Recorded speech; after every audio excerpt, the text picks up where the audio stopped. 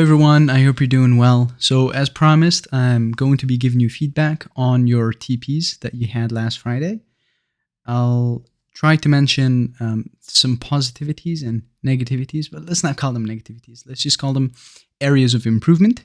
And I'll also mention the things that you've done well. Starting off with Maroua. So, Maroua, you did a good job welcoming everyone briefly, and your time management was overall very well, and you managed to finish on time. You did a good job eliciting answers and not giving the answers straight to the students. And you used a lot of peer checking, so you'd ask them to compare their answers after each task.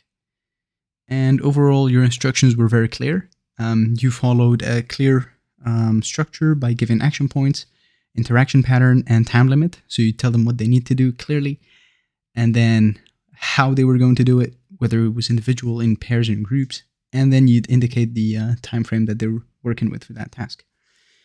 And for what concerns your areas of improvement, I'd mention that you told the students, for example, take 1 minute to look at 4 pictures, and then you immediately ask them where they are. So you told them, okay, where are the people in the picture? I feel like you should have given them a little more time, even though you were the time was a little constrained. But it would have been nicer for you to at least give them 15 to 20 seconds before bringing the task to a halt.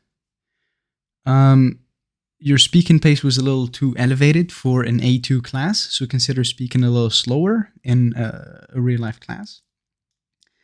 And you asked the question, do you guys agree? Do you guys agree? Almost at the end of every task.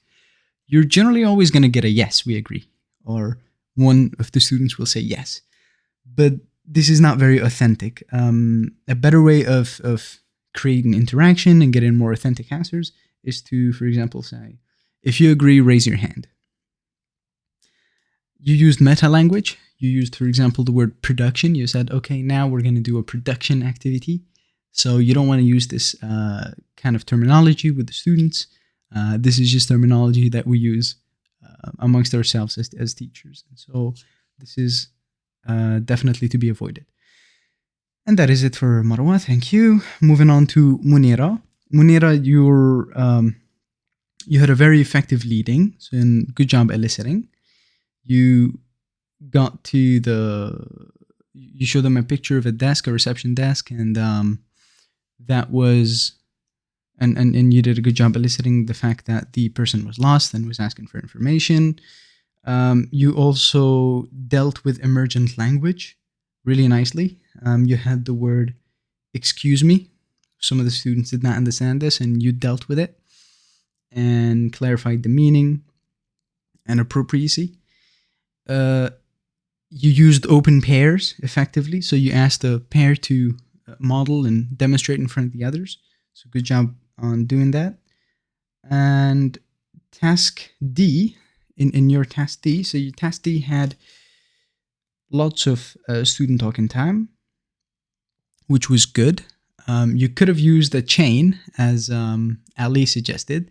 That was where you asked the students to, let's say, talk in pairs, and then you asked the second pair of students to talk and do the task. You could have asked the last student to ask the next student and created a chain, but time may not have allowed that, so that's all right. And for what concerns your areas of improvement,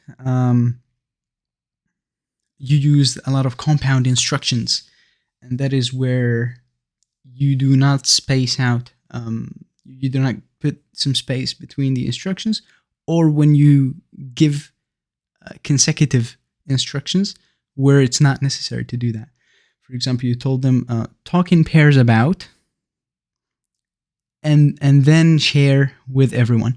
So you went ahead and told them, talk in pairs about such and how this goes on and so on. And then when you're done, share. So you could have just told them, okay, talk in pairs about this and that, and then allow them the time to talk. When they're done, tell them, okay, now share. So it would be simpler, especially for A2 students. Yes, you shouldn't voice out any concerns. At some point, I think you got confused in your lesson plan and you said out loud, "I'm lost." So I want you to avoid saying that. And I wrote here task A, practice in the conversation. Yes, so for your task A, one effective way of giving instruction for this one could have been for you to model with a student. You could have modeled how the task should have been done, and that would have gained you a lot of time because apparently you had to explain it twice. And that is it for Mounira. Moving on now to Narimane, starting with the things that you've done well. You did a good job using pair work, and you also had a pretty good control over the class, and you brought the tasks, the pair work tasks, to an end effectively. It's trying to stop the students from talking at the end of a task is not always very smooth, but you've done it nicely. You've used that technique where you'd name the people who are still carrying on with the activity. So you were like Ali, Maroua, Ibticem, and the entire class quieted down. Good job. You also did a good job with using choral drilling, and you also used the students as a resource, which is definitely something that we'd want to see in the classroom. And that is when you made sure that a student pronounced a certain language item correctly, and then you asked another student to repeat what the first student said. So you didn't have to use the language yourself every time. For example, if you want to have a student pronounce the word phone correctly, phone, if a student already pronounces it correctly, then you just ask the next student to imitate the other student instead of just you having to pronounce it every time. So good job doing that. And you also used peer checking. Well done. For your areas of improvement, your instructions for task B were long and incomplete. So you would stretch out the instruction. You'd be busy on the laptop and you'd say, okay, now we are going to look at the picture and listen. So this is what you did. You want to avoid doing this. You want to give very clear instructions and look your students directly when giving them instructions. And if you want them to write something or talk or hear, make sure you use your body language too, so they could follow along. The audio had the answers, so you asked them to match the pictures with the audio. You asked them to match the pictures with the words based on the audio, but the audio actually had the answers, so they didn't really have to match anything. So be careful lesson planning. So you should have mentioned in your lesson plan that you should not play the audio at this stage of the lesson. You should just allow them the pictures and the words, ask them to match, and then they'll check by listening to the audio. After that,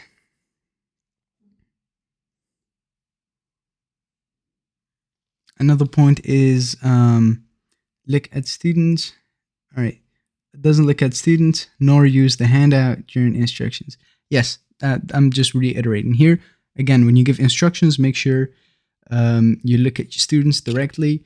And if you have a handout that you want to give, make sure you chest it and you also show it to them. Or if it's on the board, make sure they can see it clearly. And that's it. All right, moving on to Amira. Amira, you used an effective leading that immediately got the students interested in the topic of the lesson. You dealt well with distracting comments from Ali, and you ignored them at times, and you addressed them very briefly at times, which is good. You also used choral and individual drilling, both, so also well done on doing this. You elicited answers, and you also turned a slip up of misspelling a word on the board into a learning moment. So good job. You asked whether to add the X before or after the C in the word exciting. And this is definitely what a good error correction behavior should be like from a teacher. Um, you also dealt well with emergent vocabulary. One of the students asked you about the word silly. You did not plan on teaching it, but it came up and you dealt with it effectively, briefly, without wasting a lot of time. You clarified meaning through the use of synonyms. And you also were very effective in monitoring. You walked around the entire classroom and took notes, and you used a timer to manage your time. So good job. But I think you still went overboard with the time of the lesson. And speaking of the timer, try putting your phone on either vibrate or silent. Maybe on vibrate would do, so you'd still be alarmed by it and not be and avoid being distracting to the students. And you played the listening for gist twice. I wouldn't do that, especially if I did not have a lot of time. Listening for gist is just supposed to get them to guess the meaning or try to get the meaning off of a really shallow exposure to the text or listening. So you do not really want them to focus on details by listening twice. You asked them to listen, then read, where it should have been read, then listen.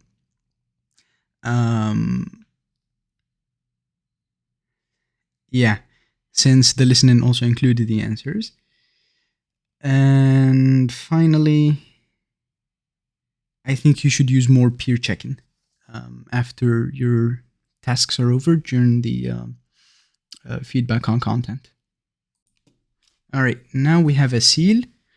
Well done eliciting social media. Your leading was effective. Your presence in the classroom was really solid.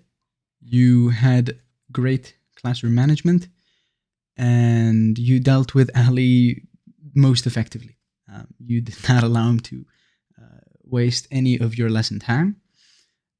You were also effective in monitoring. You actually lapped around the entire classroom and took notes. You were actively listening to the students, and you recorded some notes. And you also did something that I think no one else did, which is that you complimented good use of the language. So feedback should not always be corrections, and it should not always be focusing on the negative, but you should also focus on the positive. One of your students said instead of and used it correctly. And so you complimented that. You said, okay, good job using the word instead of. Using the collocation instead of. Areas of improvement for Aseel would be, you used the audio for task B. So you kind of inverted the materials. And there was something on the board where you said you were correcting an error. It was to have or has. So, yes, to have or has 35 years old. So you were focusing on whether we should use have or has, but the problem here is not whether we should use have or has. It's the fact that we don't even use the verb to have to express age. We use the verb to be. So I am 35 years old, or he is, or she is. So when one of your students said, she have 35 years old, you should have prioritized using the verb to be or choosing the right verb to use and not focusing on inflection and the way it's supposed to be conjugated. You did not use a lot of ICQs, so you did not check the understanding of your instructions, which resulted to Maroua misconstruing a task. I think she genuinely didn't understand. And overall, when you finished your class, you didn't clean the board, and so the next person that came up after you had to clean it, and that lost them a little bit of their session time. It was Ali. Oh yeah, so it's okay. Just joking. Okay, moving on now to Ali. Ali, you did a really good job explaining your instructions when one of the students did not get them on the first time. You used the whiteboard, so well done on doing that. And you also did choral drilling. I also would like to commend your ability to elicit answers from the students. For example, you said the shorthand while you were explaining the clock and the time. You said the shorthand is for, and you allowed the students to finish the word hours. So well done on doing that. Areas of improvement for Ali would be your leading should be more student-centered. You should not be the leader of the leading. You should allow the students to engage in it more actively.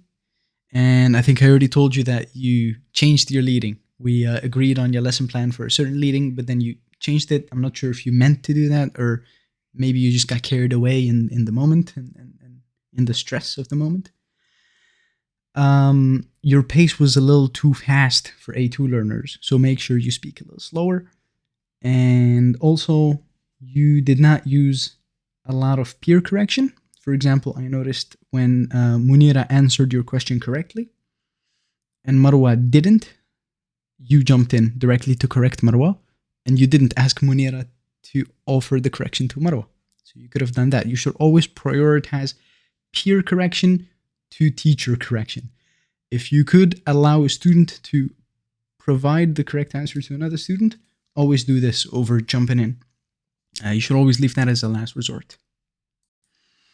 All right, now Kenza. So you had a really effective leading. You got the students hooked. So good job. You CCQ'd. I'd say that was the key thing that you've done really well in your lesson, which is that you use CCQs correctly and effectively on at least two separate occasions.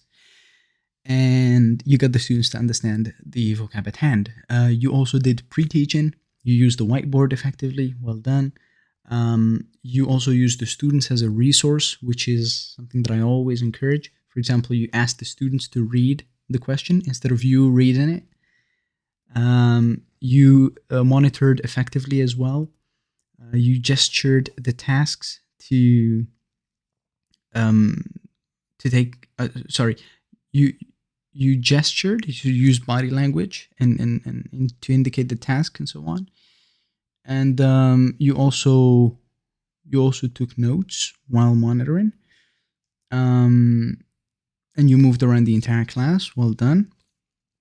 And you also used pictures. So you used the picture of a schedule to clarify the meaning of a schedule. When a student asked you what a schedule was, you just showed them a schedule. So well done on elaborating meaning on that. Areas of improvement for Kenza will include, your leading was effective, but still it was more teacher-centered rather than it being student-centered. You use meta-language, like the word feedback. You want to avoid using meta-language and language related to English teaching with students. For example, instead of saying the word feedback, you should have used the word answers or responses. You did not... Oh, yes. You did not prepare the answer key either on your lesson plan or had it memorized. So when the students gave you answers for task B, you proposed that you should listen again, that to play the audio again to check the answers. When you could not afford to do that, did not have a lot of time.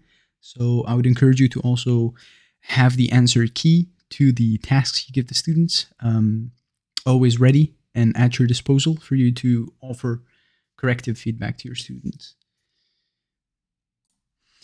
Okay, moving now to Ibticem. Ibticem, you did three things that no one else in the group did. The first of which was that you had one of the students come up to the whiteboard and answer a task on the whiteboard and provide a correct answer. So good job. This does create student interactivity and it helps kinesthetic learners learn even more effectively. Another thing that you did others didn't was that you used all three forms of pronunciation drilling. You used group drilling, individual drilling, and choral drilling. So good job. And you also shuffled the students. You asked them to change seats and do the task with different partners. And that is something that no one else has done so far in that last Friday during the TP. So good job. Your instructions overall were clear. You gave the task, interaction pattern, and time limit, and you elicited the answers from the student. So well done on all of this. Oh yeah, your leading was also pretty good. It was situational and it got the students interested. You said, yesterday I was talking to my mother about what I wanted to do in the future. So had I not been a teacher, I would have been a journalist. What about you? What would you like to be? Amazing. For your areas of improvement, Ibticem, I would say that when you showed them the list or the pictures of jobs and asked them to guess the name of the job, then that took some time. It's a pretty good activity if you could afford the time, but you didn't. So maybe just asking them to match the words with the pictures directly would have gained you some more time. So you had them guess the job and then you asked them to match the words of the jobs to the pictures. So they could have guessed the words by matching, and it would have been a 2-in-1. You wrote everything in red on the whiteboard, which is definitely something to avoid. You should weaponize the red. You should make sure that the red marker is only used for really important pieces of information that you put on the whiteboard. But if you use it a lot, it loses its value. So it does not become something that they should really pay attention to or a color of highlighting. And finally, you did not model the stressed syllables enough. So you put the words on the board and you asked them to identify the stressed syllable. But some students could not identify the stressed syllable even after you told them which one it is. For example, you told them it's the second syllable, but they still were a little confused because they haven't heard it from you being explicitly stressed. So make sure you model the pronunciation to the students when it comes to pronunciation. And finally, Ilhem. Ilhem had the toughest lesson of you all.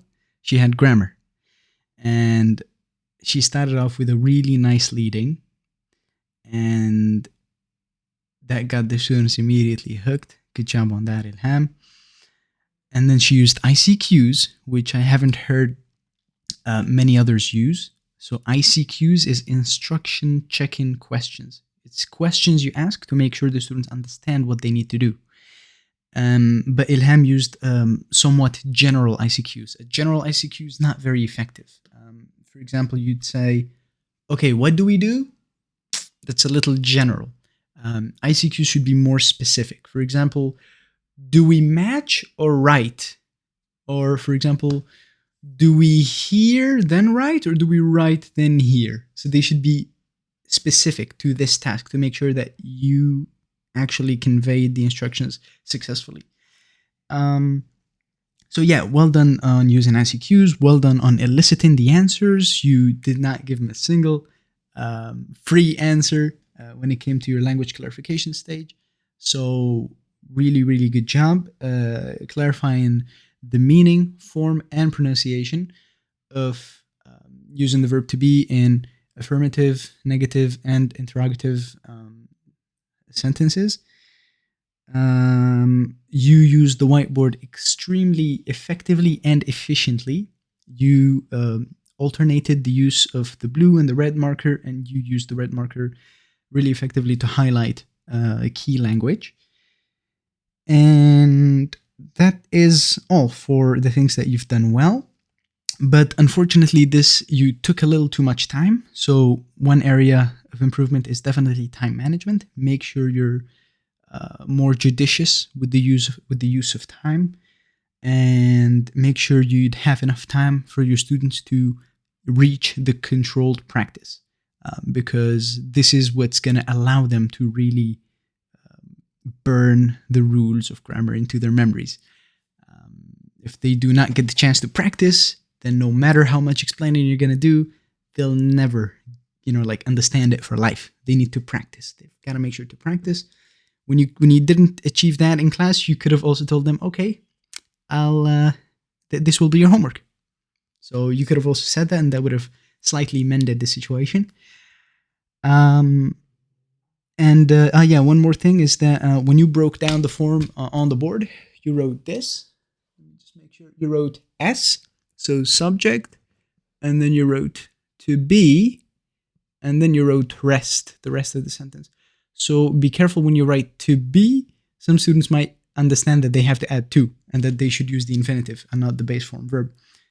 Whereas in your case, they didn't need to use to be. For example, I am Imad, not I to am Imad, or I to be Imad.